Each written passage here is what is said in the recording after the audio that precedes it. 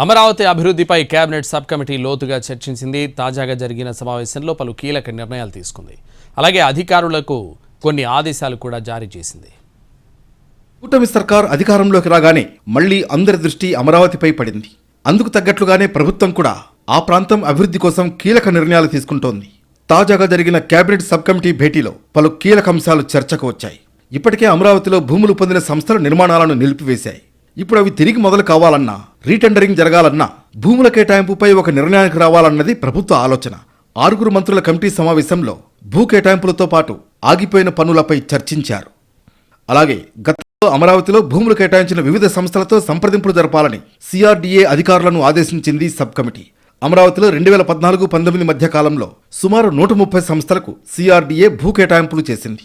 ఇప్పుడు ఆ సంస్థలన్నింటితోనూ చర్చించి వారి అనుమానాల్ని నివృత్తి చేసి ముందుకు వచ్చేలా ప్లాన్ చేస్తోంది సబ్ కమిటీ.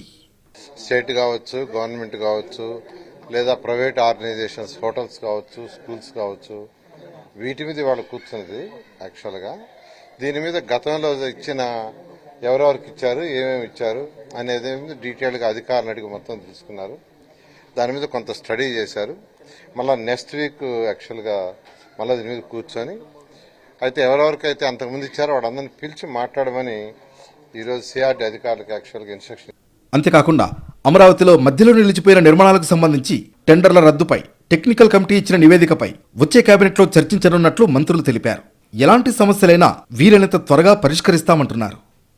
ఇక్కడ స్కూల్స్ ఏ రకంగా రావాలి, హాస్పిటల్స్ ఏ రకంగా రావాలి, ప్రభుత్వ కార్యాలయాలు ఏం రావాలి, ఇంతవరకు ల్యాండ్ తీసుకున్న వాళ్ళు, డబ్బులు కట్టిన వాళ్ళు, పే చేసిన వాటిలో రకరకాల వ్యక్తుల సమస్యలు ఉన్నాయి. సో వాళ్ళందరినీ పిలిచి వాళ్ళ సమస్యలని విని వాటికి పరిష్కారం సూచించే దిశగా అధికారులందరికీ ఆదేశాలు ఏ రకంగా ముందుకు పోవాలనేటువంటి ఒక ప్రణాళికను ఏర్పాటు చేసుకోవడం కోసమే ఇవాళ ఫస్ట్ మీటింగ్ జరిగింది. ముఖ్యమంత్రి చంద్రబాబు ఆదేశాలతో ప్రతి 10 రోజులకు ఒకసారి కేబినెట్ సబ్ కమిటీ సమావేశమై అమరావతికి సంబంధించిన అంశాలపై చర్చించి నిర్ణయాలు తీసుకోనుంది.